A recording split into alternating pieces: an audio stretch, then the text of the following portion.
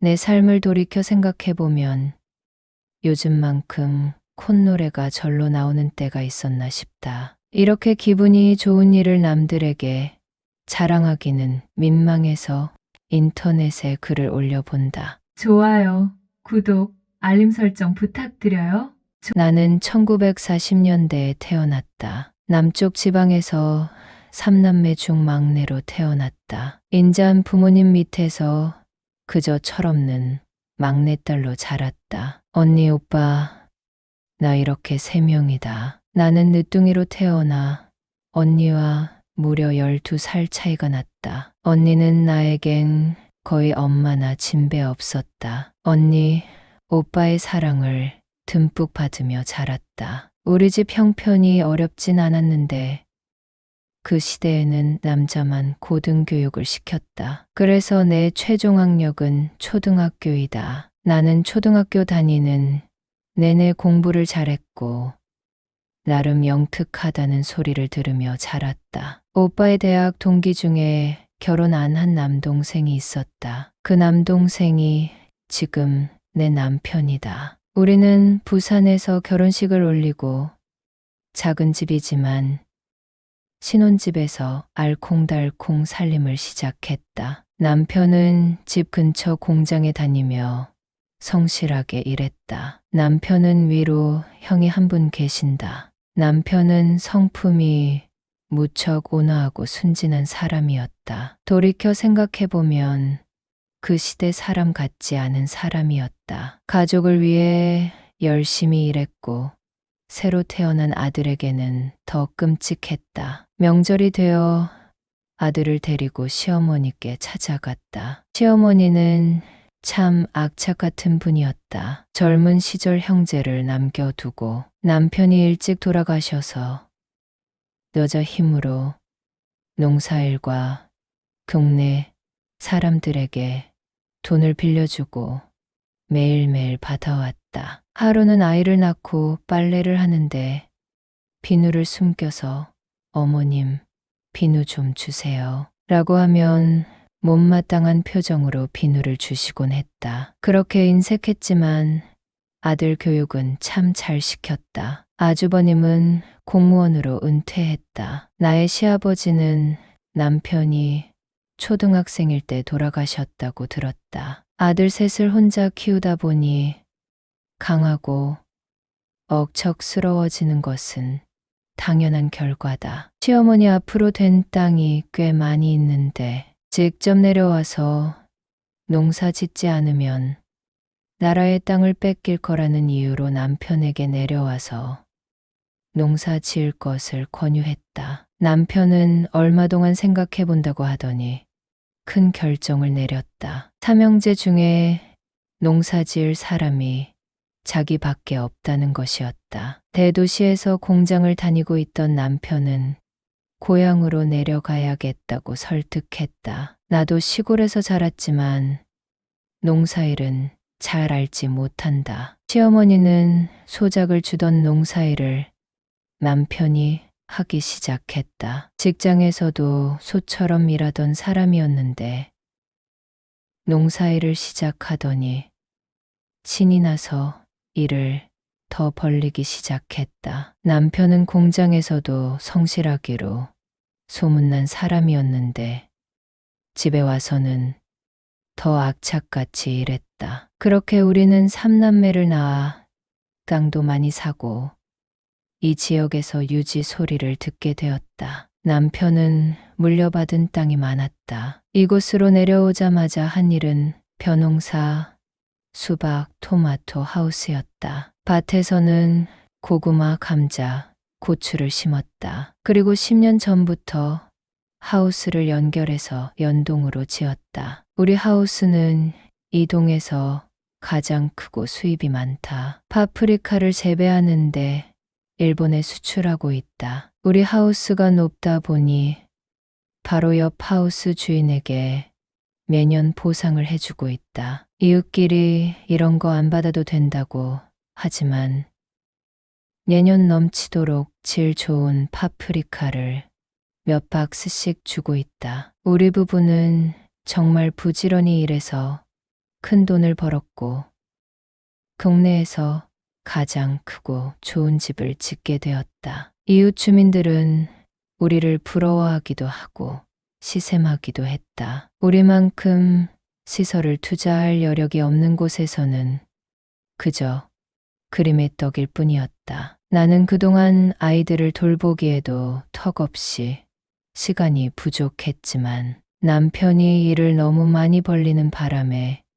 내가 돕지 않으면 안 되었다. 특히 둘째인 딸은 하교하고 집에 와서 아궁이에 밥을 하기 시작했다. 남편과 일을 마치고 허기진 배를 웅크리고 집에 올 때 멀리서 우리 집 굴뚝에서 연기가 나고 집 안에 들어오면 밥 냄새가 나니 얼마나 마음이 든든했는지 모른다. 우리는 성실한 소처럼 일해서 세 남매를 교육시켰다. 큰아들이 중학교에 들어갈 때부터 하숙을 시켰다. 어린아이들을 떼놓는 것이 너무 마음이 아팠지만 집에서 중학교까지 통학하기에 거리가 너무 멀었기 때문에 하숙은 선택이 아니라 필수였다. 감사하게도 우리 아이들은 공부를 잘했다. 덕분에 큰아들은 외국계 대기업에 다니고 있다. 딸은 이 지역 신동이었다. 대학 때 교환학생으로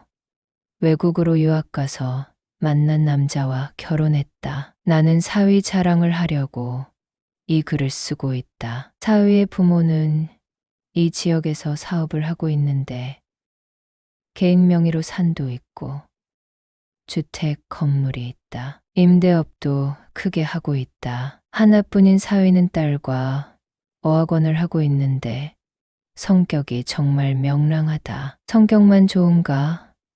바쁜 와중에 우리 집 일을 너무 잘 도와준다. 장인어른을 위해 마당에 전기선을 연결해주고 농사일이 바쁠 때 아들들이 내려오지 못할 때면 사위가 한 걸음에 달려와 손을 보탠다. 모짜리 모종 심기, 트랙터에 면세유도 넣어온다. 그뿐인가 집에 고장난 것들을 유심히 보고 있다가 다음에 우리 집에 올 때 재료를 사와서 다 고쳐주고 간다. 사위가 왔다 가면 우리 집은 새 집처럼 빛이 난다. 한 번은 옥상 창고를 청소해주고 발목을 접질렀다. 너무 미안한 마음에 스팀 타올을 만들어 찜질해 주기도 했다. 내 아들이다 생각하고 챙겨주고 싶었다. 우리 둘의 관계가 시작된 계기를 고백해 보겠다. 그날은 남편은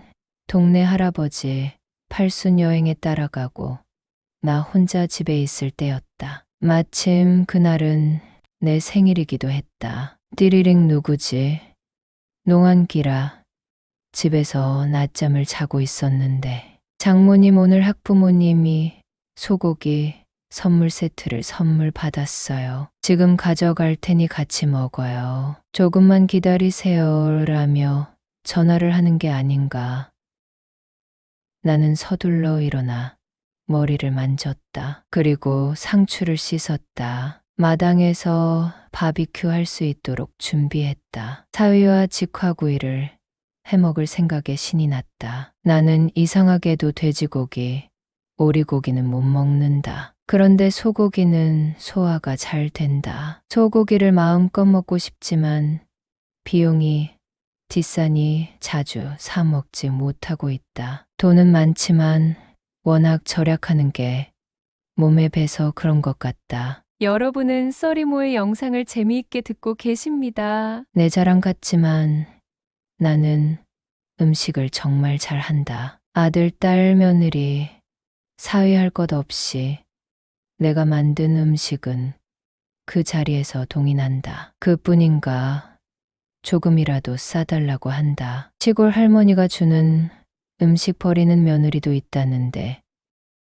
우리 집 며느리들은 그렇지 않다. 맛있다고 다 먹고 나한테 만드는 법을 배워서 간다. 사랑스러운 사위가 온다 하니 냉장고를 뒤져 먹을 것들을 좀 내놨다. 사위는 꾸벅 인사를 하더니 언제나 그렇듯 우리 예쁜 장모님 그동안 어떻게 지내셨어요? 하며 안아줬다. 사위는 잠깐만 기다리라고 하면서 잠시 차에 갔다 온다고 했다. 잠시 뒤 꽃다발을 내게 안겨줬다. 장모님, 생신 축하드려요.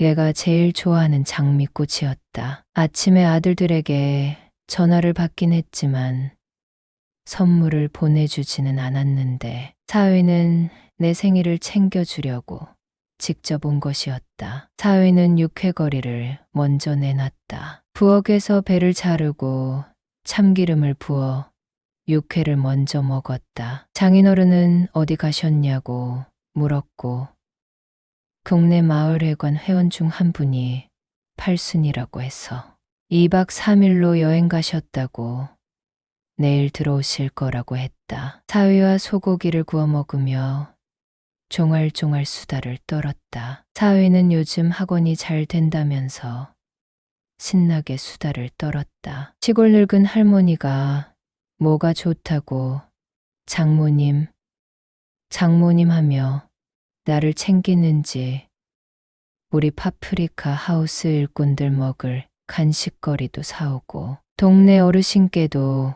공손하게 인사를 잘하는 사위다. 우리 아들들은 서울에 살기 때문에 잘 못 보는데 내 곁에 살면서 아들보다 더 많이 보는 하나뿐인 사위가 예뻐 죽겠다. 사위에게 고생이 많다며 내가 담근 포도주를 따라줬다. 사위는 운전해야 한다며 거절했지만 장모가 주는 술이니 한 잔만 마시라고 권했다. 사위는 기분 좋게 마시기 시작하더니 포도주 한 병을 다 비웠다. 그리고 뭔가 생각하는 듯한 표정을 짓더니 민망하지만 고민이 있는데 솔직하게 털어놓겠다고 했다. 얘기해보라고 했더니 학원 운영과 애들 문제로 아내가 너무 예민해져 있다고 했다. 이런 말 하기 너무 부끄럽지만 방은 같이 쓰는데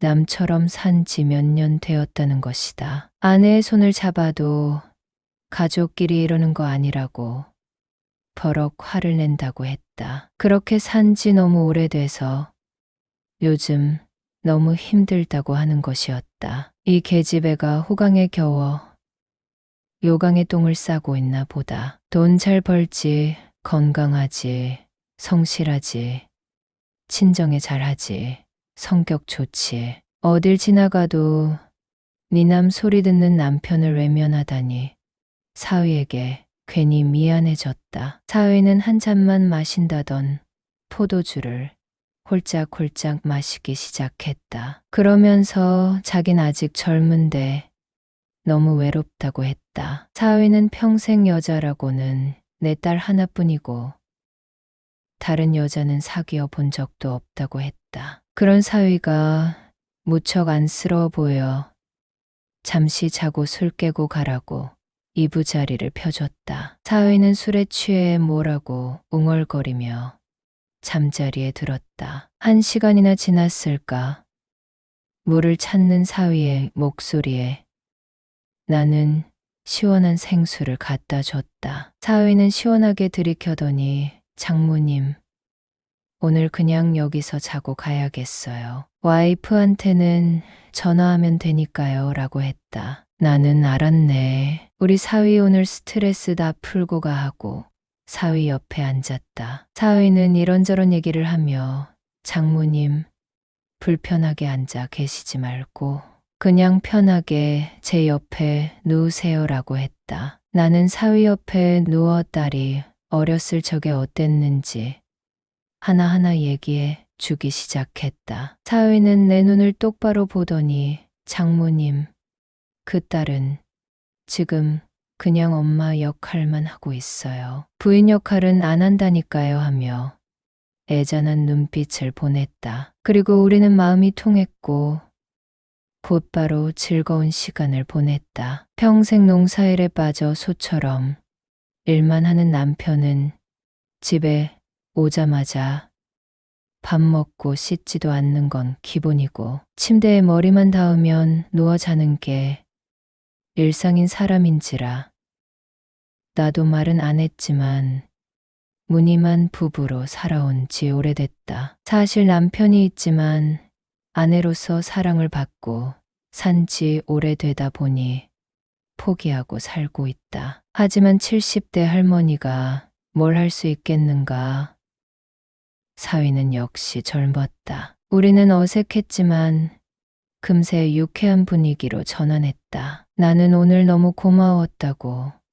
우리 집은 언제나 열려 있으니 놀러 오라고 했다. 사위는 장모님처럼 날씬한 할머니는 없을 거라며 나를 안아줬다. 그 후로 사위는 종종 전화를 해서 장인어른이 어디 안 가시는지, 뭐 하시는지 꼬치꼬치 캐물었다. 남편이 바쁜 날은 우리 집에 들어와 바람 쐬러 나가자며 드라이브 하기도 했다. 사위는 나를 정말 잘 챙겨준다. 젊은 여자만큼은 안 돼도 나도 여자라는 것을 느끼게 해. 준 사위에게 더 예쁜 모습을 보여주고 싶어서 매일 피부 관리를 하고 있다. 사위는 학원에서 대학 합격률이 높아 수강생이 늘었다며 최근에 거실에 대형 벽걸이 TV를 설치해 주기도 했다. 이렇게 예쁜 사위가 어디 있을까?